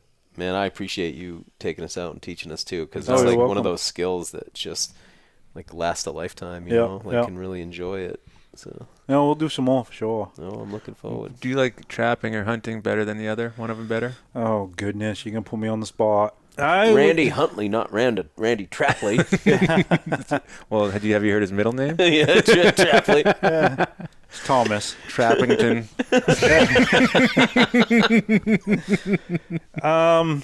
It's going to be a toss-up. I mean, I love them both. I just love being out there. Yeah. Well, It's hard to know, too, like when it's season by season. If you ask me in the middle of summer, do I like fishing or hunting more, and I'm all hot on striper fishing, I might tell you fishing. But do you find that one teaches you more about the landscape?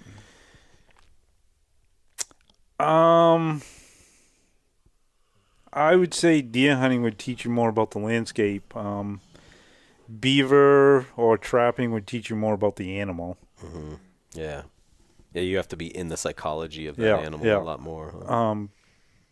Yeah, I would say that. Yeah.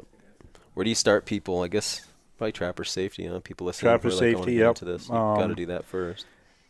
Yeah, get your trapper safety course and then find someone that's done it, and they can kind of mentor you and help you with what you need for traps, and maybe go out with them and learn a thing or two. Like I think that's the way you to do did with me, and mentor with somebody. And I have another guy that just called me the other day. He just got his trapper's license, and he asked me like you did, what do I need for trap? What do I need for equipment? And I gave him a list, and he ordered them. When he got them in, he came over, and I went over and set them up, helped him set them up, and he's ready to go do some beaver trapping. Yeah, because it'd be a tough learning curve to just try to figure it out on your own. Yeah, yeah. And the books that are out there, and that's what I did. They're not the best. Yeah, and that's what I did is my buddy Todd. I went out with him a couple of times. He kind of showed me the ropes and pointers and tips and hints. And Todd Seavey, by the way, I'm gonna throw his name out there. Yeah, Todd. Thanks, Todd. Because you're gonna be listening. Todd, I learned from you. I'm third generation out from you. Yeah, that's cool, man. I think it's nice to. These things were always passed on like that anyway. There's been a lot of break in the lineage of how things have been passed on, but this would be a hard one to figure it out from the literature that's out there. So, and anyone out there listening, feel free to look me up. And what if they want to hunt with you or something like you? How do they get a hold of you as a guide if they're serious? I guess just check. I'm on Facebook, just under Randy Huntley. We'll put links for you. There's not another Randy Huntley, is there? On Facebook? Yeah, I don't know. It's Randy Thomas Huntley. So. Yeah. They ain't one with a beard like that beard, I tell you that. Randy will serve you beaver breakfast sausage in the morning, and then he'll take you. I'm gonna force you to eat beaver. Oh, there's been actually surprisingly few beaver jokes in this entire conversation. Yeah. They've been kind of subtle. Yeah, that's not supple, subtle. That you've reached a level of refinement when you can just allude to the beaver jokes. We'll leave it up to everyone's imagination. Yeah, I'm sure there'll be plenty until we name the episode. Then there'll be something fierce. But yeah. Cool. Well, I can't wait to see what you name it. Yeah, I can't wait for people to see you, man, in the episode. I think this is going to be a cool, fun-looking episode. Yep. And I hope it comes out good, and I think it was a good time.